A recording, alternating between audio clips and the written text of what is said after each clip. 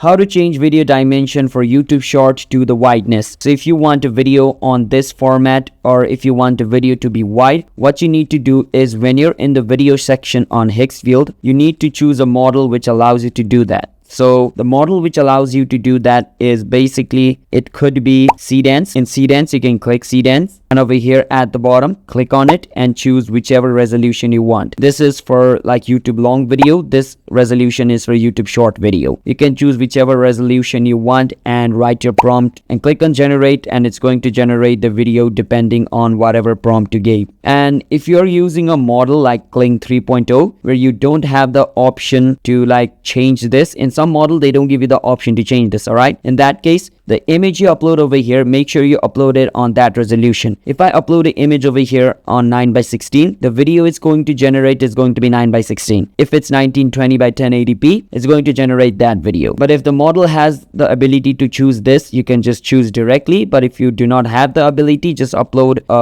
whichever resolution video you want, that resolution's image over here, and it should work. So that's how you guys can do it. Subscribe to our channel for more videos like this.